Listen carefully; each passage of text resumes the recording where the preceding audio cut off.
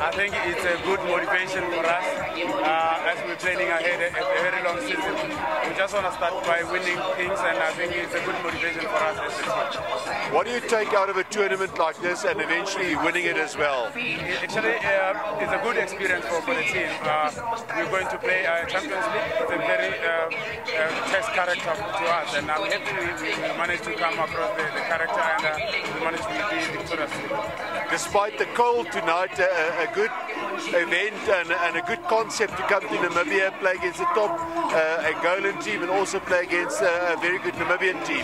Yeah, the standard of football in Africa has grown, so I'm happy and I'm very proud to say we managed to outcome the circumstances. Everybody is pulling their weight in. As you can see, the level of football is arose, and I'm happy we managed to come victorious after so many big teams and competitive